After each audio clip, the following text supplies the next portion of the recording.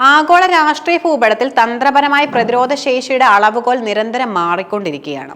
ആണവായുധങ്ങളുടെ ശേഷിയും അവയുടെ വിക്ഷേപണ സംവിധാനങ്ങളുടെ അപ്രതീക്ഷിതത്വവും നിർണായകമാകുന്ന ഈ കാലഘട്ടത്തിൽ റഷ്യൻ ഫെഡറേഷൻ തങ്ങളുടെ നാവിക ശക്തിയിൽ ഒരു വിപ്ലവം സൃഷ്ടിച്ചിരിക്കുന്നു. റഷ്യയുടെ പുതിയ ആണവ അന്തർവാഹിനിയായ ഖബാറോവ് തന്റെ അനുച്ഛാദനം കേവലം ഒരു കപ്പലിന്റെ നിർമ്മാണമല്ല, മറിച്ച് ലോക സമുദ്രങ്ങളുടെ ആഴങ്ങളിൽ തങ്ങളുടെ ചോദ്യം ചെയ്യപ്പെടാത്ത പരമാധികാരം ഉറപ്പിക്കുന്ന ആഗോള പ്രതിരോധ തന്ത്രങ്ങളിലെ ഒരു സുപ്രധാന പ്രഖ്യാപനമാണ്. സെവേറോഡ്വിൻസ്കിലെ സെവ്മാഷ് കൽപ്പനശാലയിൽ വെച്ച് പ്രതിരോധ മന്ത്രി ആൻഡ്രി ബെലോസോവ് പങ്കെടുത്ത ചടങ്ങിൽ നടന്ന ഈ വിക്ഷേപണം റഷ്യൻ നാവികസേനയുടെ ചരിത്രത്തിലെ അജേയമായ പ്രതിരോധത്തിന്റെ പുതിയ യുഗത്തെയാണ് അടയാളപ്പെടുത്തുന്നത്. ഈ അന്തർവാഹിനി രൂപകൽപ്പന ചെയ്തിരിക്കുന്നത് ലോകത്തിലെ നിലവിലുള്ള പ്രതിരോധ കവചങ്ങൾക്കെല്ലാം വെല്ലുവിളി ഉയർത്തുന്ന ഒരു ആയുധ സംവിധാനം വഹിക്കുന്നതിന് വേണ്ടിയാണ്. ഈ അന്തർവാഹിനിയെ മറ്റ് ആണവ അന്തർവാഹിനികളിൽ നിന്നും വേർതിരിക്കുന്നത് അത് വഹിക്കുന്ന ഭീകരമായ ടോർപിഡോ ആകൃതിയിലുള്ള ഡ്രോണാണ്. പോസിഡോൺ ആണവ അണ്ടർ വാട്ടർ ഡ്രോൺ.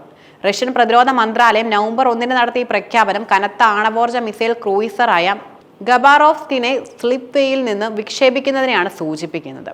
ഇത് ഞങ്ങളുടെ ദേശീയ ചരിത്രത്തിലെ ഏറ്റവും സുപ്രധാനമായ നിമിഷമാണ്. അത്യാധുനികമായ അണ്ടർ വാട്ടർ ആയുധങ്ങളും റോബോട്ടിക് സംവിധാനങ്ങളും വഹിക്കുന്ന ഈ കപ്പൽ റഷ്യൻ സമുദ്രാതിർത്തികളെ അജേയമായി കാത്തു സൂക്ഷിക്കാനും ലോകമെമ്പാടുമുള്ള സമുദ്രങ്ങളിൽ ഞങ്ങളുടെ ദേശീയ താല്പര്യങ്ങൾ വിജയകരമായി സംരക്ഷിക്കാനും ഞങ്ങളെ സജ്ജമാക്കും. പ്രതിരോധ മന്ത്രി പറഞ്ഞത് ഇങ്ങനെയായിരുന്നു: ഒരു ബാലിസ്റ്റിക് മിസൈൽ അന്തർവാഹിനിയേക്കാൾ കൂടുതൽ സവിശേഷമായ ദൗത്യമാണ് ഇതിനുള്ളത്. ഈ കപ്പൽ റഷ്യൻ നാവികസേനയുടെ പ്രത്യേക ദൗത്യ അന്തർവാഹിനി വിഭാഗത്തിൽ ഉൾപ്പെടുന്ന ഒന്നാണ്. ഇത് ക്ലാസ് അന്തർവാഹിനി പ്രോജക്ട് 0985-2 ബെൽകോഡ് ക്ലാസിനോട് സാമ്യമുള്ളതാണോ അല്ലെങ്കിൽ അതിന്റെ പരിഷ്കരിച്ച രൂപമാകാമെന്നാണ് പ്രതിരോധ വിദഗ്ധരുടെ നിഗമനം. ഈ അന്തർവാഹിനിയുടെ ഓപ്പറേറ്റിംഗ് ഡെപ്തും വേഗതയും അതീവ രഹസ്യമായി സൂക്ഷിച്ചിരിക്കുന്നു. എന്നാൽ പോസിഡോൺ ഡ്രോണിന്റെ ദൗത്യത്തിന് സഹായകമാകുന്ന രീതിയിൽ ഏറ്റവും അഗാധമായ സമുദ്ര ഭാഗങ്ങളിൽ പോലും നിശബ്ദമായി സഞ്ചരിക്കാൻ ഇതിന് കഴിയും. കപ്പലിന് ഊർജ്ജം നൽകുന്ന ആണവ റിയാക്ടറാണ്. ഇത് പരിധിയില്ലാത്ത പ്രവർത്തന ദൈർഘ്യവും ആവശ്യമായ ഊർജ്ജവും പോസിഡോൺ വിക്ഷേപണത്തിന് ശേഷം അതിനെ പിന്തുണയ്ക്കുന്നതിനും ഉറപ്പാക്കുന്നു. ഇതിന്റെ പ്രധാന ദൗത്യമായ Poseidon drone president Vladimir Putin തന്നെ പ്രഖ്യാപിച്ചതുപോലെ ലോകത്തിലെ ഏറ്റവും വിനാശകരമായ ആയുധങ്ങളിൽ ഒന്നാണ്. പോസിഡോൺ ആണവശക്തിയിൽ പ്രവർത്തിക്കുന്ന ഒരു അണ്ടർ വാട്ടർ ടോർപിഡോ അല്ലെങ്കിൽ ഓട്ടോണമസ് അണ്ടർ വാട്ടർ വെഹിക്കിളാണ്. ഇതിനെ നിലവിൽ ഒരു പ്രതിരോധ സംവിധാനത്തിനും തടയാൻ കഴിയില്ലെന്ന് റഷ്യൻ നാവികസേനയുടെ മുൻ ജനറൽ സ്റ്റാഫ് മേധാവി അഡ്മിറൽ വിക്ടർ ക്രാവ്ചെങ്കോ സ്ഥിരീകരിക്കുന്നു. പോസിഡോൺ അതിന്റെ ഉയർന്ന വേഗതയും സമുദ്ര അന്തർഭാഗത്തെ അഗാധമായ യാത്രാശേഷിയും കാരണം നിലവിലുള്ള സോണർ സംവിധാനങ്ങൾക്കോ ടോർപിഡോ പ്രതിരോധ സംവിധാനങ്ങൾക്കോ എളുപ്പത്തിൽ കണ്ടെത്താനോ തകർക്കാനോ കഴിയില്ല. പോസിഡോണിന് 2 മെഗാടൺ വരെ ശേഷിയുള്ള ആണവ പോർമുന വഹിക്കാൻ കഴിയും. ഇതിന് 10,000 കിലോമീറ്റർ വരെ സഞ്ചരിക്കാൻ കഴിയുമെന്നാണ് വിദഗ്ധരുടെ വിലയിരുത്തൽ. പോസിഡോണിന്റെ ഏറ്റവും ഭയപ്പെടുത്തുന്ന പ്രത്യേകത ലക്ഷ്യത്തിന് സമീപം വെച്ച് സ്ഫോടനം നടത്തി വലിയ റേഡിയോ ആക്റ്റീവ് സുനാമി ഉണ്ടാക്കാൻ ഇതിന് കഴിയുമെന്നതാണ്. ആണവ വികീകരണമുള്ള സമുദ്രജലം ഉൾക്കൊള്ളുന്ന 500 മീറ്റർ വരെ ഉയരമുള്ള സുനാമി ശത്രുവിന്റെ തീരപ്രദേശങ്ങളെയും നാവിക താവളങ്ങളെയും നശിപ്പിക്കാൻ ശേഷിയുള്ളതാണ്.